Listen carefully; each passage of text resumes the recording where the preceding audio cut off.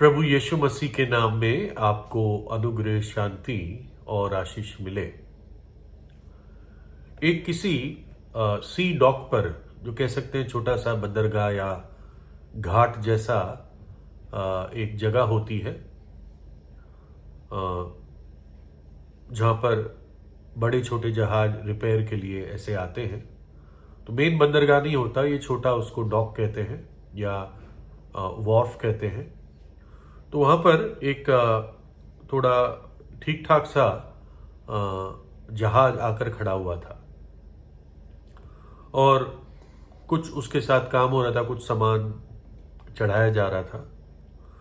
तो जो घाट था और जहाज के बीच में एक फट्टा लगाया गया था। चौड़ा था, आदमी चल सकता था, लेकिन पूरी तौर से जहाज चिपक नहीं सकता घाट के दीवार के साथ। तो थोड़ा सा बीच में पानी होता है, तो एक फट्टा लगाया गया था, वुडन प्लैंक। और जो स्टाफ थे वो सामान चढ़ा रहे थे। तो इसमें से एक स्टाफ था, उसका नाम हमें नहीं मालूम, हम सोनू कह देते हैं। तो कोई सोनू सुन रहा हो तो बुरा ना माने, ये कोई और सोनू है, आप नहीं है। तो ये सोनू बहुत ही भक्तिहीन व्यक्ति था और उसके मुंह से हमेशा गालियां निकलती थी। तो ये भी कुछ भारी सा सामान उठाकर उस फट्टे के ऊपर से जहाज की तरफ चढ़ रहा था, घाट की दीवार से जहाज की तरफ चढ़ रहा था। तो इसके पीछे और एक इसका साथी आ रहा था, इसका कलीग था। और कुछ ऐसा हुआ कि पीछे वाले को का धक्का लगा इस पे, या कोई सामान इसको लग गया जो दूसरा वाला उठा रहा था, और ये व्यक्ति पानी में गिर गया। सोनू जो था वो पानी में गिर गया। बड़ा जहाज था, मतलब इतना भी बड़ा नहीं था, मीडियम साइज था। तो इसलिए जो हाइट था जिससे वो गिरा वो भी काफी थी। और गिरते गिरते उसने अपने उस साथी को भी गालियां दी और एकदम गायब हो गया, पानी में गिर गया। और पानी में गिर गया और लोगों ने एकदम लोगों के बीच में भागदौड़ मची कि सोनू गिर गया, सोनू गिर गया। और लोग कूदे भी, एकदम आसानी से मिला नहीं। जो पानी नॉर्मली घाट के पास होता है वो एकदम नीला नहीं होता, वो हरा सा हो जाता है, गंदा मैला हो जाता है, उस पर घास घास तैरती रहती है, तो एकदम दिखता भी नहीं है व्यक्ति।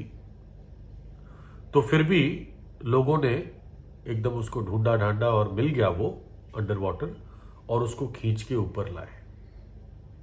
बेहोश था और उसके साथियों ने उसको वापस पुनर्जीवित करने की कोशिश की, मुंह से ऑक्सीजन दिया, उसका जो भी पानी उसने पी लिया होगा उसको दबा के निकाला, और आखिर में उसने एकदम आंख खोली। और पहली सांस लेते ही उसने कहा, परमेश्वर का धन्यवाद हो, मैं बच गया। और उसके साथी ने कहा, अरे तू तो गया ही था आज। बोला, नहीं नहीं, मैं ये नहीं कह रहा हूं कि मैं डूबने से बच गया, मैं ये बात कह रहा हूं कि मैं अंदर से बच गया। आज प्रभु ने मेरे पापों को दूर कर दिया। ऐसी बात उसने कही, आज प्रभु ने मेरे पापों को दूर कर दिया। और तब उसने बोला कि जब मैं नीचे गिरा और पानी में डूबा तो मैं जहाज के नीचे मैं डूबता चला गया और मुझे लगा कि मैं खत्म हो गया, मैं नहीं आ पाऊंगा। और उस कुछ सेकंड में मैंने ये देखा कि मैं अपनी मदर के पास, मां के पास हूं, और मेरी मां प्रार्थना कर रही है और मैं घुटनों पर उसके साथ बैठा हुआ हूं। और मैंने ये पाया कि मेरा पाप या मेरे पाप एक पहाड़ की तरह मेरे सामने उठ गए। और मैंने तब परमेश्वर को पुकारा कि मुझे बचा ले। यानी उसने इन पापों को, अपने पापों को जो उसको दर्शन में दिखा कि मेरे पाप इतने सारे हैं, इतने घृणित हैं, तब उसने परमेश्वर को पुकारा कि मुझे बचा ले। शायद डूबने के लिए वो इतना चिंतित नहीं हुआ, लेकिन उसके पापों के कारण वो चिंतित हो गया और उसने प्रार्थना की, प्रभु अपने लहू से मुझे धो दे। और उसी थोड़े क्षण में उसने एहसास किया परमेश्वर की क्षमा का, और इसलिए आंख खोलते ही, पहली सांस में ही उसने परमेश्वर को अपना आभार प्रकट किया। तो मैं सोचता हूं कि इस व्यक्ति को, जिसको हमने सोनू कहा है, उसको परमेश्वर ने एक मौका दिया बचने के लिए। जब वो डूब रहा था तो उसको एक दर्शन मिला। परमेश्वर ने ही इसके मन में एक दर्शन दिया और उसने अपनी मां को देखा, जो उसके लिए निरंतर प्रार्थना करती थी कि प्रभु इसके पापों को क्षमा कर दे, मेरे बेटे को बचा ले। शायद बचपन से जब ये घर पे होता था, मां प्रार्थना करती थी और ये घुटने पर, मां कहती होगी, बेटा सोनू आजा, घुटने टेक कर प्रार्थना कर, मैं प्रार्थना कर रही हूं, मेरी प्रार्थना में मेरे साथ रहे। तो ये उसके जीवन में आदत थी, वो ये बातें जानता था और शायद वो ये भी सुनता था कि मेरी मां मेरे उद्धार के लिए प्रार्थना करती है। लेकिन सोनू जब बड़ा हुआ तो ये बहुत ही लापरवाह और गाली देने वाला व्यक्ति बना। और आपको अचंभा होगा कि बाइबल में गाली देने वालों के बारे में भी परमेश्वर लिखता है। मैं कुछ अपने शब्दों में बता रहा हूं, लेकिन ये 1 कुरिन्थियों 6 अध्याय में है। क्या तुम नहीं जानते कि अधर्मी लोग परमेश्वर के राज्य के वारिस नहीं होंगे? धोखा ना खाओ, वैश्यागामी,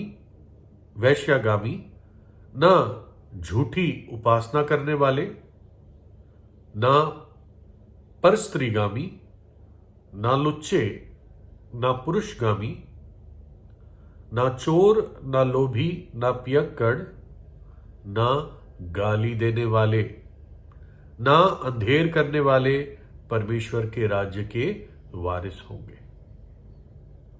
तो सोनू की मां भी जानती थी, मेरा बेटा जिस तरह से उसकी संगत है, जिस तरह से उसकी भाषा है, ये परमेश्वर के राज्य में जा नहीं पाएगा। और वो प्रार्थना करती थी। और तब सोनू ने उस दर्शन में अपने पापों को देखा, बड़ी पहाड़ की तरह, कि मेरे पाप कितने भयंकर है और कितने अनगिनत है। एक जगह वचन में लिखा है, भजन लिखने वाला अपने पापों को मानता है, क्योंकि मैं अनगिनत बुराइयों से घिरा हुआ हूं, मेरे अधर्म के कामों ने मुझे आ पकड़ा और मैं दृष्टि नहीं उठा सकता। वे गिनती में मेरे सिर के बालों से भी अधिक है, इसलिए मेरा हृदय टूट गया। मेरे अधर्म के काम मेरे सिर के बालों से भी अधिक है। लेकिन यही प्रभु यीशु के लहू की सुंदरता है। चाहे पापों का पहाड़ हो, कितने घिनौने, कितने काले, कितने लाल रंग के भी पाप क्यों ना हो, यीशु के लहू की एक बूंद उस पूरे पहाड़ को भस्म करने के लिए काफी है।